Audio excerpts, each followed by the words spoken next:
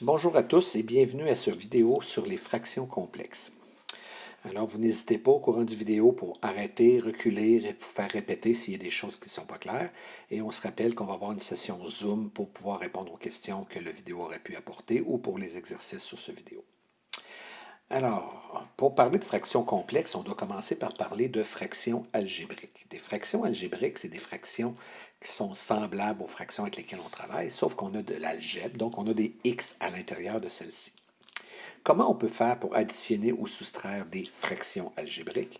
Alors, la première chose, c'est de mettre toutes les fractions sur un dénominateur commun. Même principe que si on va additionner une demi puis un tiers, on va mettre 6 comme dénominateur commun. Il va falloir faire la même chose avec les fractions algébriques. Deuxième étape, on additionne ou on soustrait, dépendamment de ce qui est à faire. Et finalement, on simplifie quand c'est possible et quand c'est nécessaire.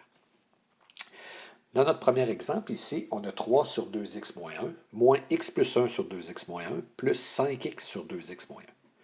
Comme on a déjà toutes nos fractions qui sont sur 2x moins 1, c'est déjà notre dénominateur commun.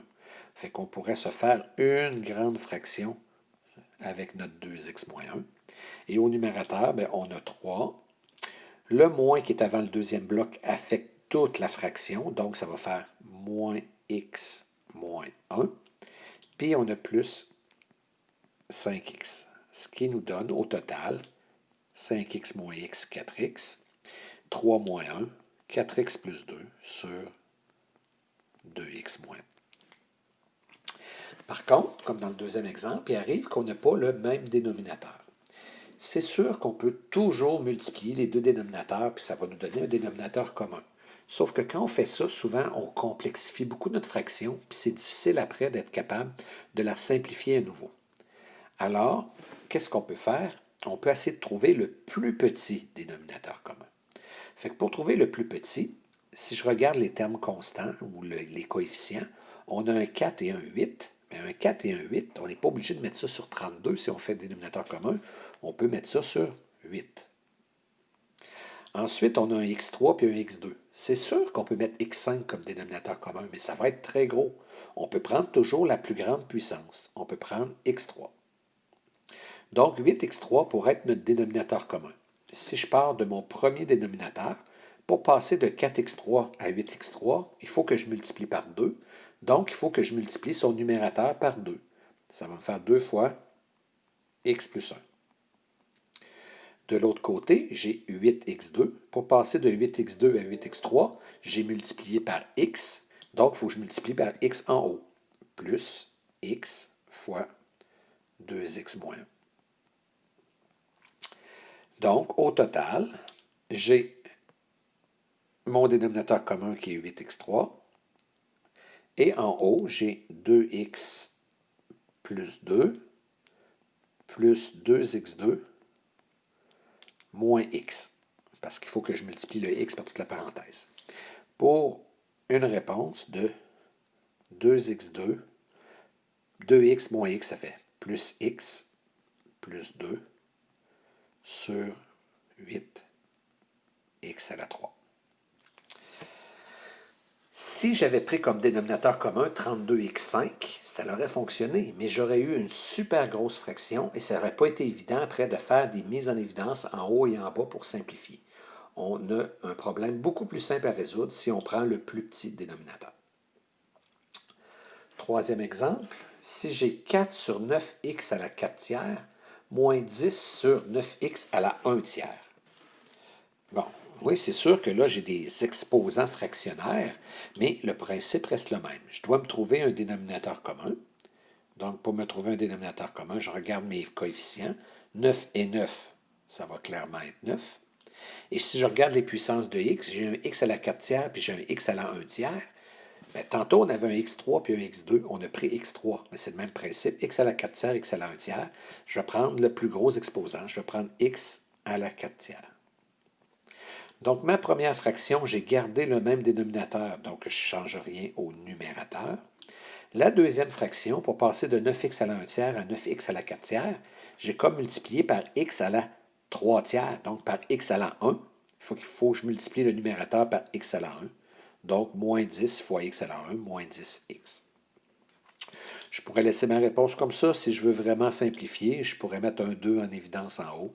2 moins 5x sur 9x à la 4e.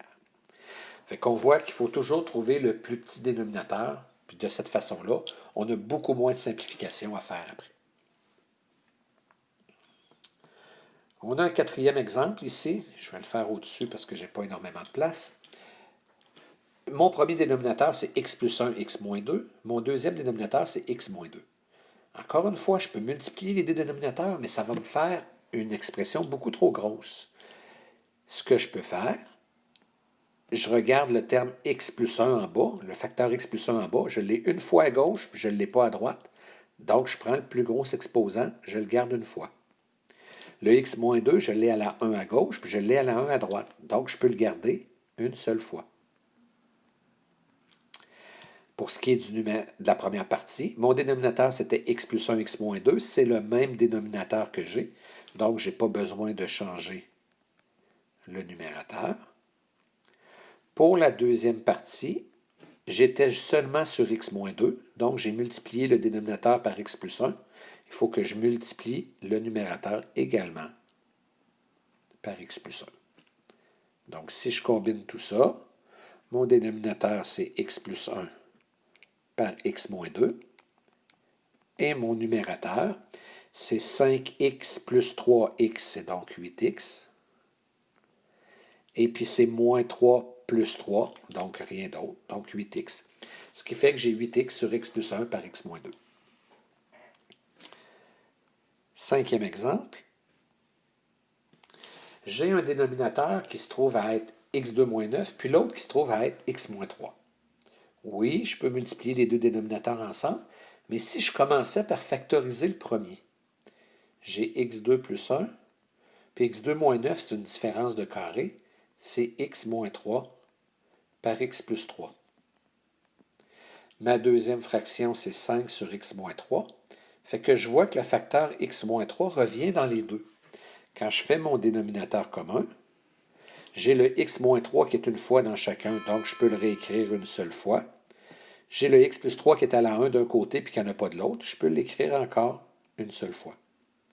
Donc, mon premier dénominateur est pareil comme mon dénominateur commun, fait que je ne change rien au numérateur.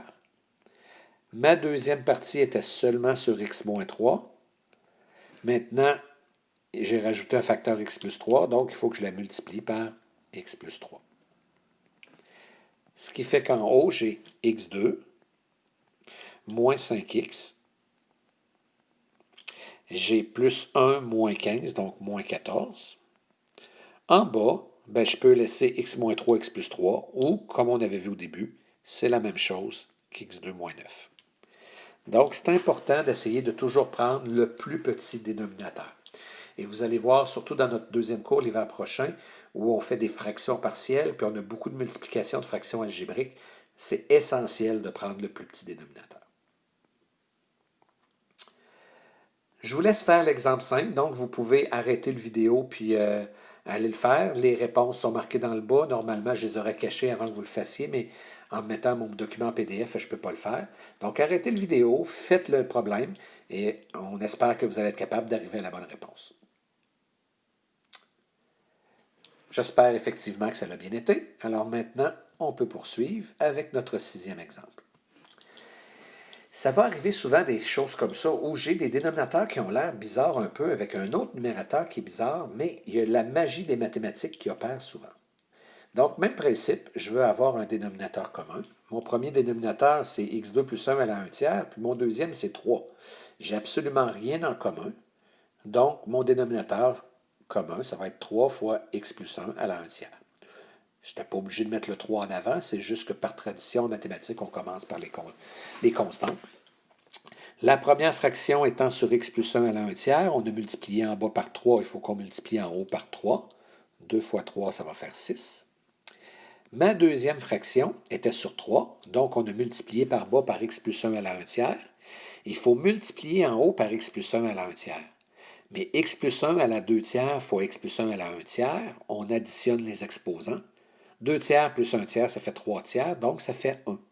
Ce qui fait qu'il me reste simplement x plus 1. Ma réponse, c'est donc moins x, puis j'ai 6 moins 1 plus 5 sur 3 fois x plus 1 à la 1 tiers.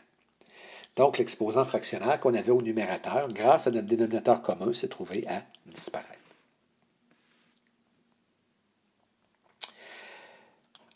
On lâche un petit peu les fractions algébriques pour arriver justement dans le cœur du problème ou dans le cœur de la situation, qui sont les fractions complexes. Les fractions complexes, dans le fond, c'est quand j'ai des fractions sur plusieurs étages. Ici, j'ai 3 possibilités et j'ai vraiment clairement mis en rouge la barre de division principale. C'est important, quand on a plusieurs étages, que nos lignes de division ne soient pas tous identiques. Alors, on a toutes ces possibilités-là ici. Je vais aller sur une autre page pour vous en parler un petit peu. Alors, si je m'en viens ici, la première situation qu'on avait, c'est qu'on avait A sur B sur C sur D. Donc, la grande ligne de division ici est super importante. Elle vient m'indiquer justement où est-ce qu'on sépare notre problème. On ne peut pas avoir A sur B sur C sur D avec toutes des lignes de division égales. En mathématiques, ça ne marche pas. On en a toujours une qui se trouve à être principale. Donc, le principe de base, c'est que de diviser par une fraction, c'est la même chose que de multiplier par la fraction inverse. Avec un problème comme ça, c'est comme si j'avais A sur B et que je multipliais par l'inverse de C sur D, donc je multiplie par D sur C. Ce qui fait que le A et le D vont se multiplier et le B et le C vont se multiplier. Deuxième situation, si j'ai A sur B sur C. J'ai rien que 3 étages, mais comment je fais pour savoir comment les inverser? Ma grande ligne de division étant entre le B et le C, c'est comme si je divisais par C sur 1. Diviser par une fraction, c'est comme multiplier par la fraction à l'envers. Donc, c'est comme si j'avais AB multiplié par l'inverse de C sur 1 par 1 sur C. Ce qui fait qu'au numérateur, je me trouve à avoir A et au dénominateur, je me trouve à avoir B fois C. Le troisième cas qu'on avait, c'est qu'on avait A sur, je crois qu'on avait dit C sur D. Cette fois-ci, ma grande ligne de division était en haut, c'est comme si on avait A sur 1. Donc, on a A sur 1 multiplié par l'inverse du dénominateur, multiplié par D sur C, ce qui me donne AD sur C. Alors, c'est ça le principe de base, c'est que j'ai toujours une fraction divisée par une autre, et diviser par une fraction, c'est comme multiplier par la fraction à l'envers. Par exemple, l'exemple 1 ici, qui est en passant très mal écrit parce qu'on le voit très peu, mais la ligne de division en dessous du x2 moins 4, elle est un petit peu plus foncée, mais ce n'est pas suffisant à mon goût. Elle aurait dû aussi être un petit peu plus large. Elle aurait dû être plus comme ça.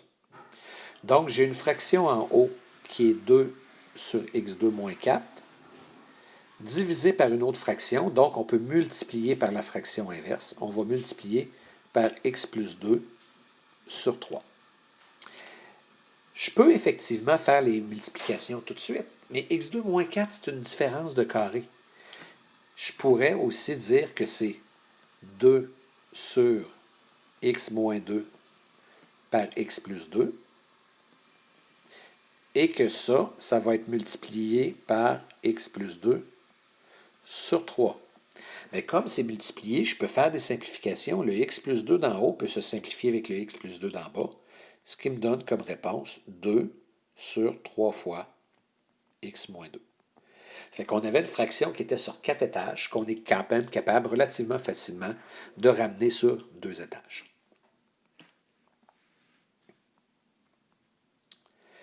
Deuxième exemple de ce type de problème, j'ai 2 moins 1 sur x2, tout ça sur 1 plus 4 sur x2.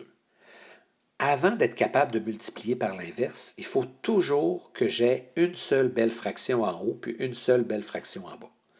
Donc, en haut, je vais tout mettre sur x2, sur un dénominateur commun. La première partie était sur 1, donc je dois la multiplier par x2. La deuxième partie était sur x2, donc elle ne change pas. Tout ça divisé avec une ligne de division plus grande que celle d'en haut. En bas, je vais aussi me mettre un x2 comme dénominateur commun. Donc, le premier bloc doit être multiplié par x2. le deuxième ne change pas. Maintenant que j'ai une belle fraction en haut et une belle fraction en bas, pour faire ma division, je peux prendre le numérateur et le multiplier par l'inverse du dénominateur, par x2 sur x2 plus 4. Encore une fois, je peux faire une simplification, ce qui fait que ma réponse serait 2x2 moins 1 divisé par x2 plus 4.